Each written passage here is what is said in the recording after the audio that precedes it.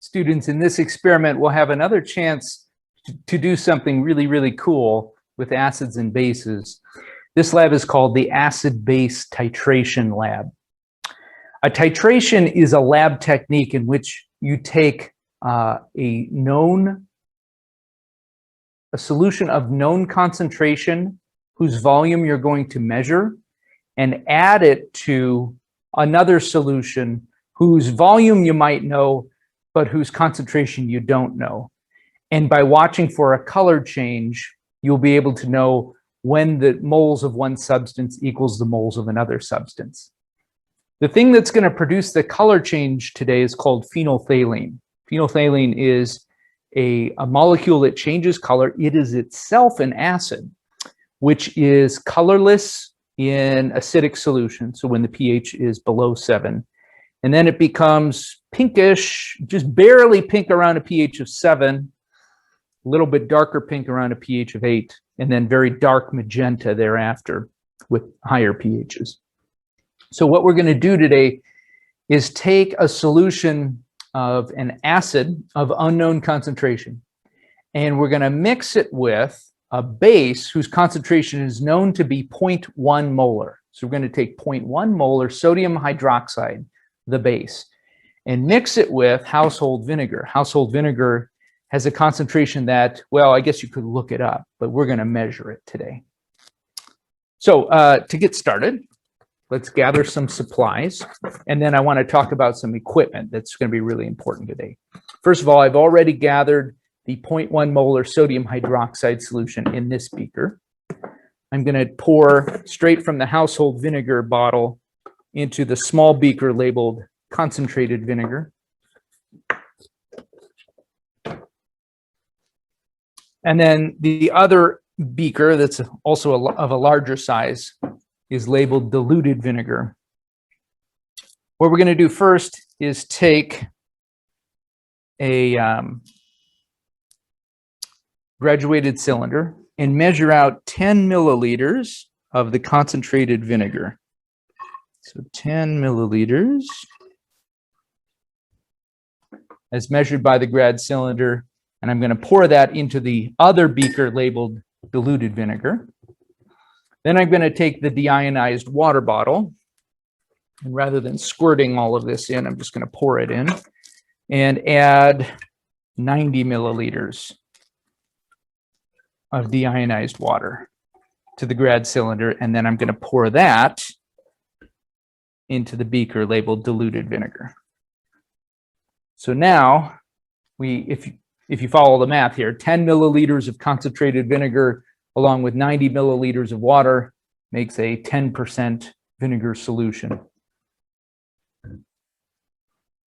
Okay, so we've got the basics set up. We've got our base, we've got our acid. Now, you might say, what the heck is this thing, Mr. Gaffey? This is called a burette tube, and it is a long, skinny tube. It's designed to dispense liquids out the bottom. So there are volume markings all the way along the length of the burette tube, with 0 milliliter marking at the top and a 50 milliliter marking towards the bottom. But even below the 50, there's some space, and there's a valve here called a stopcock, which has even more space below it. We're going to put the base in the long, skinny burette tube. Now, before we even start to measure anything, I'm just going to pour a small sample amount of my base into the burette tube, just a little bit, and I'm going to let it coat the inside. And the reason I'm going to do this, students, is because all molecules will adhere to a tube to some extent. Now, even though this tube is made of a nice, largely slippery plastic, some of the base molecules have adhered to the inside, and we wouldn't want any of the base that would otherwise have been stuck here not to have been measured. The other really important thing is right below the valve or stopcock is an air pocket. I'm going to drop just a little bit of the base out of the stopcock so that this space is now filled up with sodium hydroxide. So now with that, I've got the space below the valve filled with base. I'm now going to fill it all the way up to the 50 milliliter mark. It's a long, skinny tube, so you got to be careful pouring it. I'm going to fill it all the way up to the 0 mark. It may be hard for you to see. Let me lower this a bit. So the 0 mark on this tube is right about here, and that's the level at which I've added the base.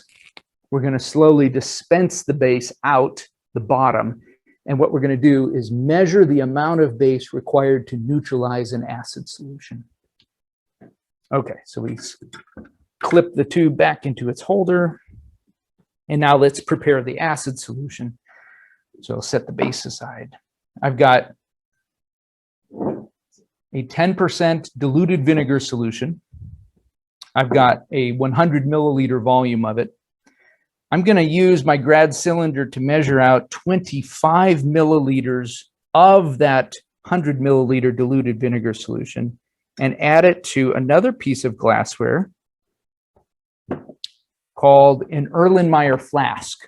So this thing is shaped like a cone, and it's a very helpful shape because if it minimizes splashing, or if there is splashing, it keeps it on the inside of the glassware. So I just dumped 25 milliliters of the acid solution into the Erlenmeyer flask. Next, I'm going to add the indicator molecule, phenolphthalein, the thing that will change color. And I'm just about 3 or 4 drops. Doesn't really matter how much you add. And I'm going to swirl that. Okay. Notice the phenolphthalein didn't change any color yet, but I know that I've added it, and that's going to be important. I'm going to set the flask under the burette tube. And our goal now that we set this up is simply to add base to the flask until the flask becomes a faint pink color. Okay, faint pink. Many of your classmates are going to do this and they'll overshoot the endpoint, make it dark pink, and that'll happen. That's okay. But we want a faint pink color. Now to do that, you can go fast at first. You can add a lot of base quickly at first, but then when the pinkish color, and watch down here for the pink color, when that starts to persist, we're going to slow down a lot. So I'm adding base, and I'm going to swirl. And I'm adding base, and I see a little bit of pink. I'll try to give you like a whitish background here so you can maximize the sight line.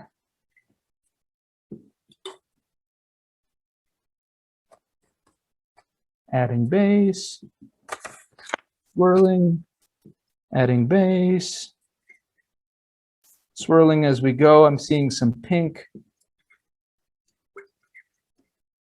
Now the pink is starting to last a little longer. It does go away eventually, but it's starting to get more persistent. I'm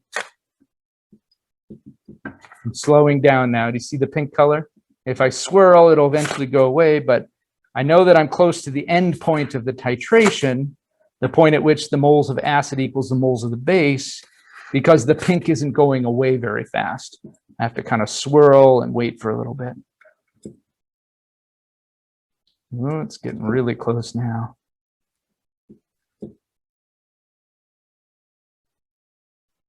Oh man. If you look really closely, oh, he's kind of pink. We're almost there. I'm just doing a couple of drops here now. If you look against the white paper, students, can you see a faint pink color? I had a couple more drops here. Now you can for sure see it, right? Swirl, swirl, swirl, swirl, swirl, swirl. I think I overshot a little bit. The other thing we can do is during the course of the titration, sometimes things splash up on the inside. It's okay to add some deionized water to the flask in order to get that to go away. And we've got a nice faint pink color. So that's the goal here, is to get this very slight pink color. And the measurement we're going to make is how much of the base, so it started up at the top of the tube, came down, came down, came down. And right now, the amount of base added 43.0 milliliters. So I'm going to write that down because that'll be important in our calculations. Volume of base required to neutralize.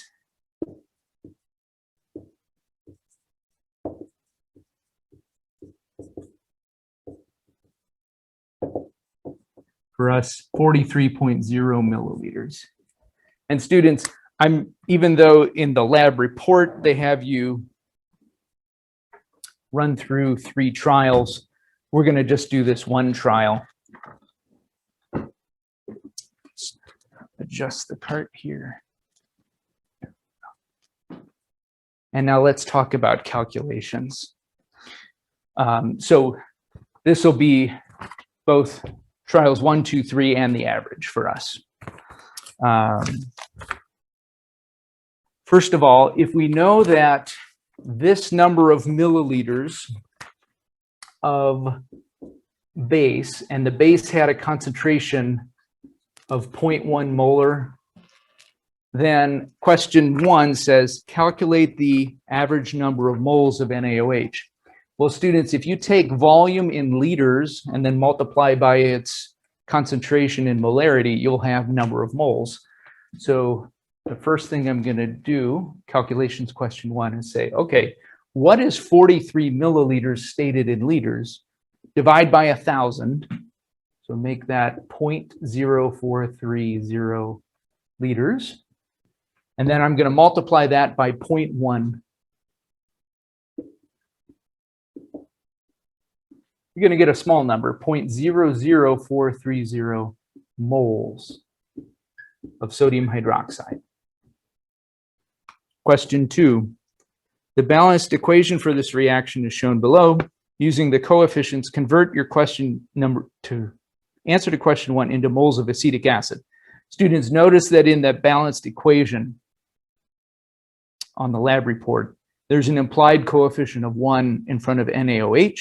There's also an implied coefficient of 1 in front of acetic acid, the HC2H3O2 compound. So if it's a 1-to-1 mole ratio, and we've got this number of moles of NaOH, then you'll have that same number of moles of acetic acid.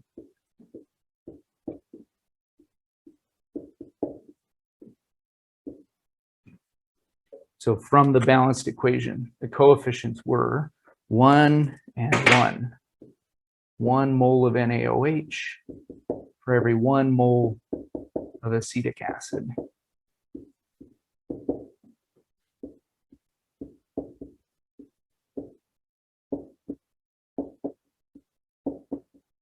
And you might say, geez, why did you have to write all that out?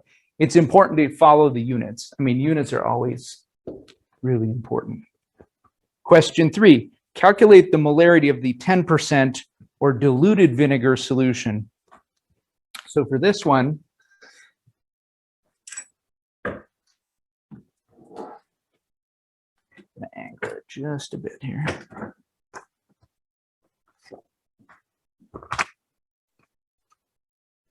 We're going to consider the number of moles of acid, that is your answer to question 2, and we're going to divide it by the liters of diluted acid solution that was used in each trial.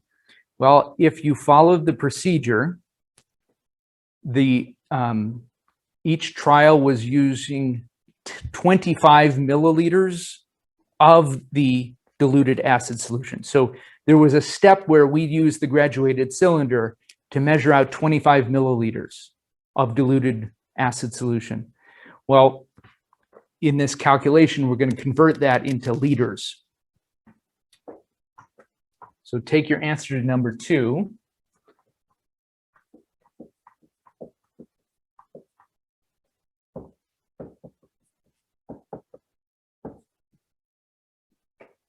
And we're going to take 25 milliliters converted into liters. So that would be 0.025 liters.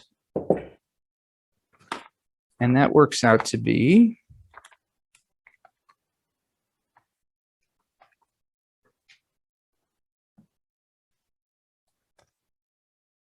0.172 molar. 0.172 molar.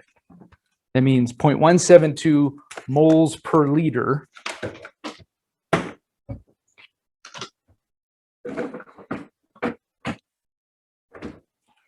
for the diluted vinegar solution's molarity. 4.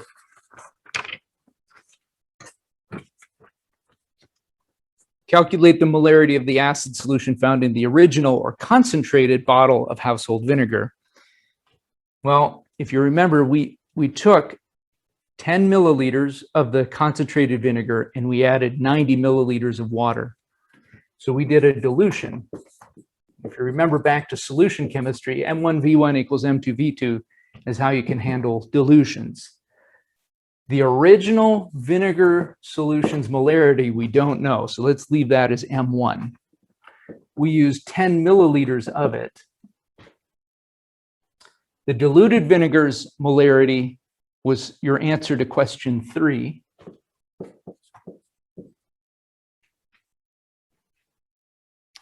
And we found, when we made up the diluted vinegar solution, its volume was 100 milliliters.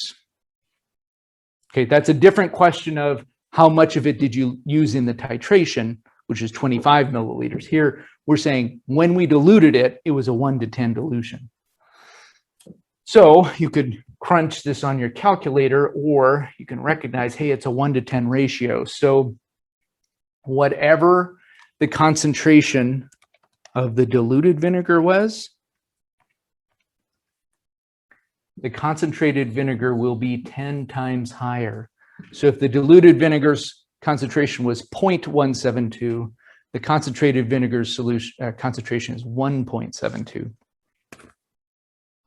Question 5.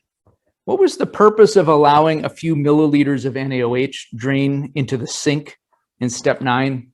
That was where I talked about the air pocket below the valve. We drained a little bit of NaOH through that air pocket to be sure that there was no more, that it wasn't just air, that we wouldn't be reducing the level of the base in the tube without actually getting it into the flask.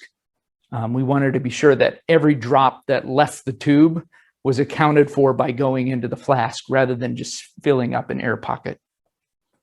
Question 6, why does the procedure call for a dilution of the original vinegar? Why couldn't you just titrate the concentrated acid directly?